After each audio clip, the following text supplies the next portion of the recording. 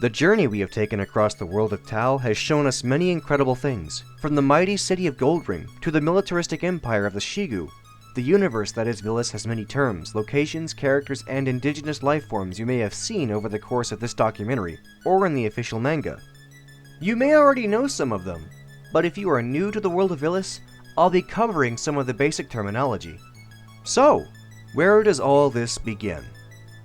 Old Age. Mick Ono's original stories and setting from 2003 to 2008. These works have since been abandoned, entrusting the story of Vilous to her friend Kiki Uma. Most characters, locations, and concepts originated here. New Age. Mick Ono and Kiki Uma's newest set of stories that feature similar characters, such as Rain Sylves and Jack. Most similarities end here, as New Age features a more steampunk-inspired science fantasy setting, including cars. Both New Age and Old Age take place in parallel universes. There are many races and creatures within the world of Vilous. Some you may already know. The Eltis, a classification of creatures and races. This includes Sergals, Nevrians, and Agudners. Members of the Eltis share appearances with creatures found on Earth and contain red blood cells. Telixians, a classification of creatures and races. They are the indigenous life forms of the planet. Telixian life is very alien in appearance, featuring complex biology and ecology, and is vastly different from both Eltis and Earth-based life. In the Old Age canon, Vilous was originally the name of the planet. Vilous currently is the name of both the sun that the planet Tal orbits and the name of the universe overall. Everything you know about Sergals and the other Eltis, including the variety of Telixian life you may have seen, are all comprised and exist within the Vilous universe.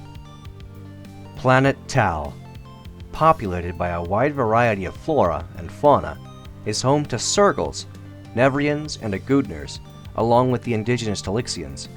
Even in orbit, high above the planet's surface, you will find it very difficult to draw comparisons to our own Earth. Tal is larger than Earth, but shares more in common with the Sol system's drier celestial bodies, such as Mars or Titan. The planet's atmosphere is thin, with a lower gravitational force than Earth.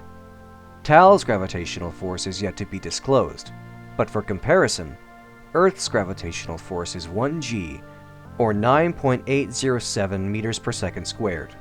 The planet has many climates. Some are dry and arid, others remain humid for large spans of time. A truly alien world. Tal is host to many organisms. There are two ecosystems on the planet that vastly differ from each other. The Eltis biomes. Here you will find green plant life which contain chlorophyll, a green pigment responsible for the absorption of light to fuel photosynthesis. Eltis biomes are rare, as you will find them in very limited places. Even saltwater itself is a rare sight. Telixian biomes. These biomes are indigenous to the planet, and are usually the most common. Telixian plant life does not contain chlorophyll, and function like a primitive animal. Telixian biomes share no contrast with life found on Earth. These biomes contain a humid climate that remains constant for large periods of time. Telixian biomes may be referred to as alien biomes by the Eltis. Large enough to be classified as a sea, Vilous Lake is a coastal region. You will find large quantities of Eltis life here, including the city of Goldring. Vilous is just one of the regions you will find on the planet. You will also find the Desert Kef, referred to as Nothing, Blind Alley, or Unlimited. The Levank Mountains, an alpine region home to rare Eltis plants and salt deposits.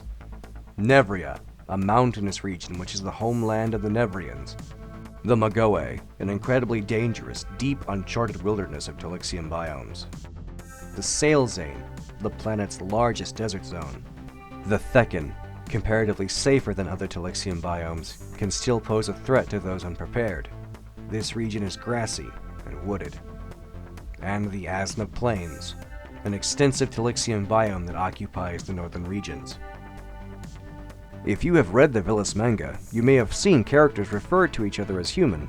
Sergals, Nevrians, and Agudners refer to each other as human, and is used when referring to the Eltis as a whole. In context to Vilous, the word is used to describe life which is recognized as sentient. The term human rights refers to the civil rights which are granted to sentient races.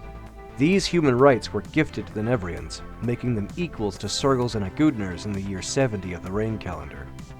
The Rain Calendar, or RC for short, is the timeline starting with the birth of Rain Sylphs. Events predating the calendar are referred to as BCE, which includes the founding of Goldring and Riono. The Miasma.